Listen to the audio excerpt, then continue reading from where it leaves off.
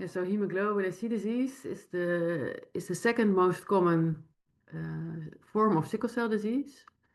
In the Netherlands, around 30% of our patient population has hemoglobin SC disease.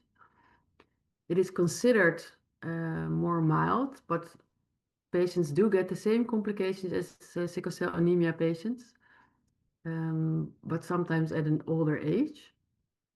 And I don't think it's a benign condition. It's quite severe, and it can also have patients with hemoglobin SC disease can have quite severe complications, just like patients with sickle cell anemia.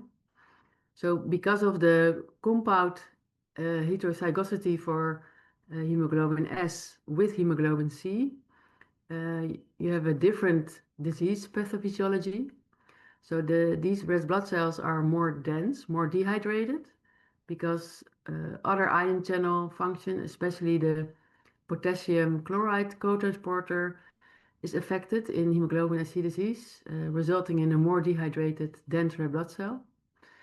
And these cells, they hemolyze less, so there's less anemia, but the viscosity of the blood is higher. And I think that's also causing higher incidence of retinopathy, so problems with the eye in sickle cell disease patients or hemoglobin SC disease patients.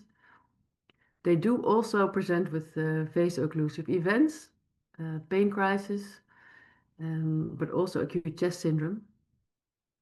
And they tend to have also avascular necrosis and nephropathy, I think. But the retinopathy is the most common feature of hemoglobin SC disease, next to the pain crisis, which is the main cause of hospital admission in hemoglobin SC disease.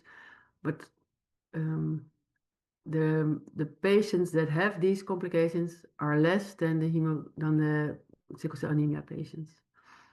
So generally speaking, it might be a milder course.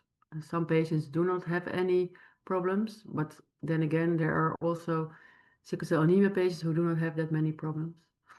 But for hemoglobin SC disease, I think this is more common that they have less complications.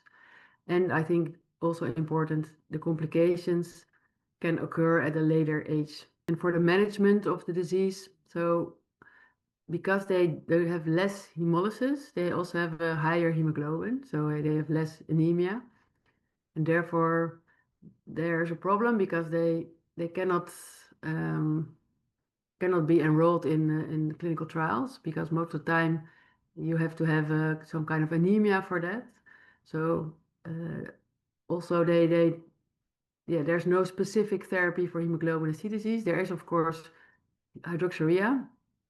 And the first study, well, that actually investigated it, randomized controlled trial in Africa, showed promising results. But there's some reluctancy sometimes to prescribe this to hemoglobin SC disease patients because they already have a high hemoglobin and you don't want it to rise.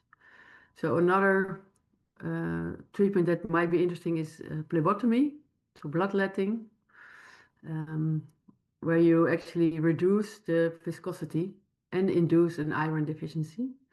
And we have shown in a few cases that is beneficial. The sickling tendency is decreased. There's also have been retrospective studies showed beneficial effects of phlebotomy. So what we now try to do is when a patient is more anemic, then hydroxyurea could be an option. And if they have a high hemoglobin, then phlebotomy might be an option. And this is, of course, when patients have complications, because in our really asymptomatic patients, we only monitor the organ damage if there's any organ damage, and we do not start a treatment for this patient group.